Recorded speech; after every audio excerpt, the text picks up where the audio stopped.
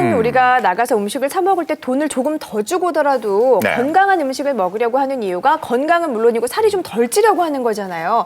그런데 이게 오히려 비만에 관련이 있다고 하니까 더 놀라운데 강 박사님 이게 좀 근거가 있는 얘기인가요? 네, 사실 그 식품의 건강한 또는 어떤 건강에 좋다는 표시를 하는 표지는 장기적으로는 이제 소비자가 더 좋은 음식을 선택하고 또 제조업자들도 좀 더 건강한 식품을 만드는 효과가 있습니다. 근데 이번 기사를 보시는 것 같이 사람들은 건강한 음식이라고 생각을 하면 더 먹어도 되는 것처럼 심지어는 많이 먹으면 좋은 것처럼 생각을 하시거든요. 근데 예. 실제로 건강하다고 표시가 되어 있는 음식 중에는 열량은 꽤 있는 것들도 많이 있어요. 그러다 보니까 건강한 그런 말 때문에 많이 먹게 되면은 오히려 체중 조절이 되는 게 아니라 비만해질 소지도 있다는 것이죠. 네.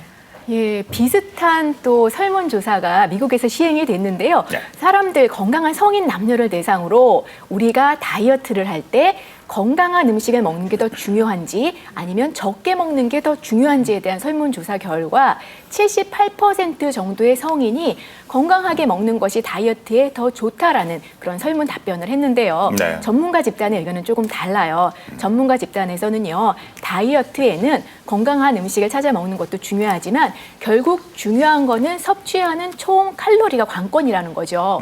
그리고 흔히 이제 저지방 식품이라 그러면은 건강한 식품이라고 많이 생각을 하는데 이렇게 저지방 식품 중에서는요, 맛을 내기 위해서 오히려 당분이나 염분을 더 많이 추가하는 경우가 많기 때문에 칼로리는 큰 차이 없고 오히려 건강에 더 안 좋은 경우도 있다는 걸 기억하셔야 됩니다. 속은 느낌도 드는데요, 왠지? 예, 그러니까 맛이 비게 되니까 이걸 이제 나머지 염분으로 뭐 채우고 그런 모양이에요. 그러니까 진리는 간단하네요. 무엇을 어떻게 먹느냐, 그러니까 뭘 얼마만큼 먹느냐가 더 중요할지도 모르겠다는 생각이 들어요. 그럼 이제 그 단맛이 없는 무가당을 드실 경우에는 어떨까요? 예, 저희 환자들이 제일 많이 헷갈려 하시는 부분인데요. 무당이 아니라 무가당 음료입니다. 무슨 얘기냐면 과일 주스를 한다면은 과일 자체에 있는 당은 있고 열량도 있는 거고 추가적으로 제조 과정에서 당을 추가하지 않았다는 것 뿐이거든요. 그래서 무가당 주스 중에는 심지어는 우리가 흔히 먹지 말라고 하는 청량음료랑 거의 비슷한 열량을 가진 음료도 있기 때문에 여전히 조절이 필요합니다. 네, 사실 예. KBS